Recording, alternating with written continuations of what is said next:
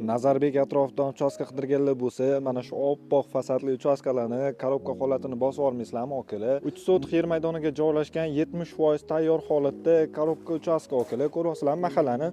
Fazli tinch mahalla. Taxminan katta yo'ldan 100 metr orasida kirib kelyapmiz. Ichkari qismdan tushuntirib beradigan bo'lsam, kiraverishga mana shunaqa ikkita mashina bemalol sig'adigan joy. Bu yoqda alohida zeleniy zona, bu yoqda alohida zeleniy zona, mevali daraxtlarni ekib qo'yishgan.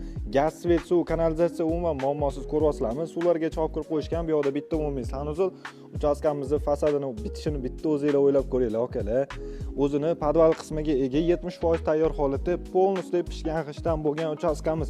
Asosiy kirish qismidan tushuntirib beradigan bo'lsam, kiraverish shunaqa uzun hol, xonalar ketma-ket joylashgan bo'ladi. O'ng qo'lda bitta ayollarimiz uchun kuxnya joylashgan bo'lsa, kiraverishda chap qo'lda katta zal, mehmonxona ko'rishimiz mumkin.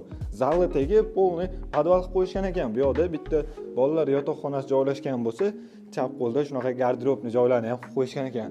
Bu yoqda bitta umumiy sanuzil, bu yoqda eng oxirgi xonalarimiz 3 ta yotoqxona joylashgan bo'lyapti. Birinchi yotoqxonamiz o'zini orqa hovliga qaragan oynalari ham bor ekan akalar, yorug' holatda. Eng oxirgi xonamiz bitta kattalar uchun родительский spalniy xona joylashgan bo'lyapti.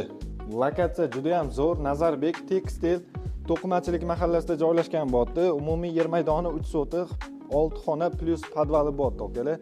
Gaz, svet, suv, kanalizatsiya umuman muammosiz, polностью pishgan g'ishtdan bo'lgan uchastkamizni narxini sizlar uchun bor yo'g'i $60,000 ga qo'yamiz.